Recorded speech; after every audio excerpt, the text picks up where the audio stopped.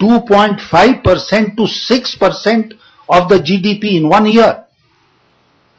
और सबसे जो उसमें तकलीफ वाली बात है कि the revenue deficit is suppose to be unproductive expenditure of the government. Revenue deficit went up from 1.1% to 4.5%. 1.1% to 4.5%. और इसी में वो आंकड़ा दिया है कि revenue deficit as the component of overall fiscal deficit went up from 41% to 75%. एक साल में 41% से बजट का जीडीपी का वो इस डेफिसिट का it went up to 75%. Next year it went up to 81%. कहने का मतलब क्या है? कहने का मतलब यह है कि चुनाव को 2009 के चुनाव को ध्यान में रखते हुए सरकार ने अपने ट्रेजरी को खोल दिया और उस साल बजट के साथ उन्होंने जो जुल्म किया उसी का नतीजा है कि उसके बाद कीमतें बढ़ी और आज तक कंट्रोल नहीं हुई. उसी का नतीजा है कि उसके बाद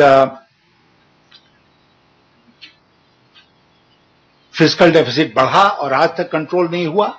और उसी का नतीजा है कि रेवेन्यू डेफिसिट बढ़ा, unproductive wasteful expenditure of the government वो बढ़ा और आज तक कंट्रोल नहीं हुआ. और जब वेस्टफुल एक्सपेंडिचर होता है तो मनमोहन सिंह खुद कह रहे हैं ना, खुद कह रहे हैं कि it puts pressure on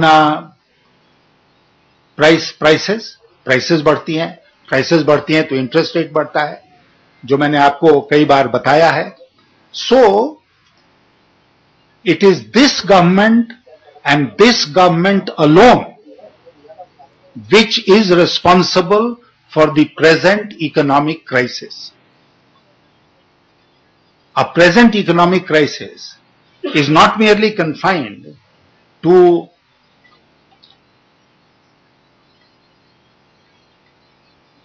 this के काम नहीं हो रहा है. मैं आपको ये चिदम्बरम साहब का स्पीच है to the meeting of the full planning commission in on the 15th of September. और ये आप चाहें तो मैं ये स्टेटमेंट आपको सर्कुलेट कर दूंगा. उन्हीं के स्टेटमेंट से ये एक्सट्रैक्ट किया है मैंने.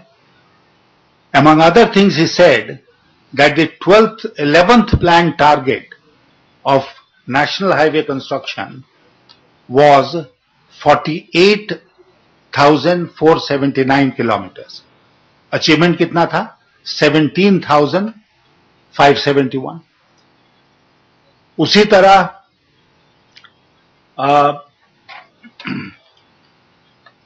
एडिशनल,